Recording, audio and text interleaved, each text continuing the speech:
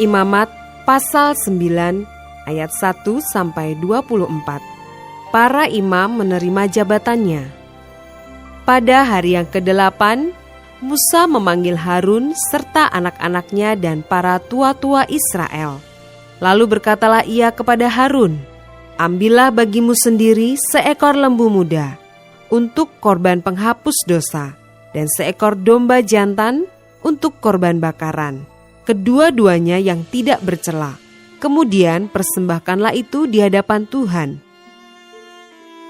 Dan kepada orang Israel haruslah engkau berkata begini, ambillah seekor kambing jantan untuk korban penghapus dosa dan seekor anak lembu dan seekor domba, masing-masing berumur setahun dan yang tidak bercela, untuk korban bakaran.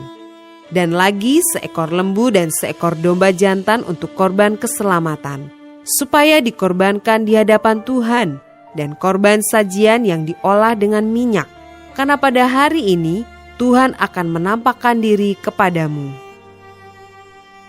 Kemudian dibawa merekalah apa yang diperintahkan Musa ke kemah pertemuan. Lalu mendekatlah segenap umat itu dan berdiri di hadapan Tuhan. Kata Musa, "Inilah firman yang diperintahkan Tuhan kamu perbuat, agar kemuliaan Tuhan tampak kepadamu."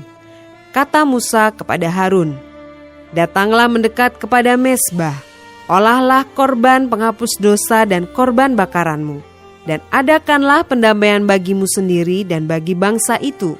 Sesudah itu, olahlah persembahan bangsa itu dan adakanlah pendamaian bagi mereka, seperti yang diperintahkan Tuhan." Maka mendekatlah Harun kepada mezbah, dan disembelihnyalah anak lembu yang akan menjadi korban penghapus dosa baginya sendiri. Anak-anak Harun menyampaikan darah lembu itu kepadanya, dan Harun mencelupkan jarinya ke dalam darah itu dan membubuhnya pada tanduk-tanduk mezbah. Darah selebihnya dituangkannya pada bagian bawah mezbah. Lemak, buah pinggang dan umbai hati dari korban penghapus dosa itu dibakarnya di atas mezbah, seperti yang diperintahkan Tuhan kepada Musa.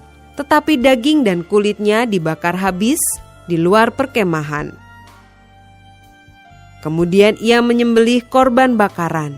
Lalu anak-anak Harun menyerahkan darah korban itu kepadanya. Maka Harun menyiramkannya pada mezbah sekelilingnya. Juga diserahkan merekalah kepadanya korban bakaran itu menurut bagian-bagian tertentu, beserta dengan kepalanya, lalu dibakarnya di atas mezbah. Isi perut dan betisnya dibasuhnya dan dibakarnya dengan korban bakaran di atas mezbah. Sesudah itu dibawanyalah persembahan bangsa ke mezbah. Diambilnyalah kambing jantan yang akan menjadi korban penghapus dosa yang bagi bangsa itu. Lalu disembelihnya dan dipersembahkannya sebagai korban penghapus dosa seperti yang pertama. Kemudian dibawanyalah korban bakaran ke mezbah dan diolahnya sesuai dengan peraturan. Selanjutnya dibawanyalah korban sajian dan diambilnya segenggam daripadanya. Lalu dibakarnya di atas mezbah, di samping korban bakaran pada waktu pagi. Ia menyembelih juga lembu dan domba jantan yang akan menjadi korban keselamatan bagi bangsa itu. Lalu anak-anak Harun menyerahkan darah korban itu kepadanya. Maka Harun menyiramkannya pada mezbah sekelilingnya. Tetapi segala lemak dari lembu dan dari domba jantan itu, yakni ekor yang berlemak, lemak yang menutupi isi perut, buah pinggang dan umbai hati, segala lemak itu diletakkan mereka di atas dada kedua korban itu. Lalu Harun membakar segala lemak itu di atas mezbah. Dada dan paha kanan itu dipersembahkan Harun sebagai persembahan unjukan di hadapan Tuhan, seperti yang diperintahkan Musa.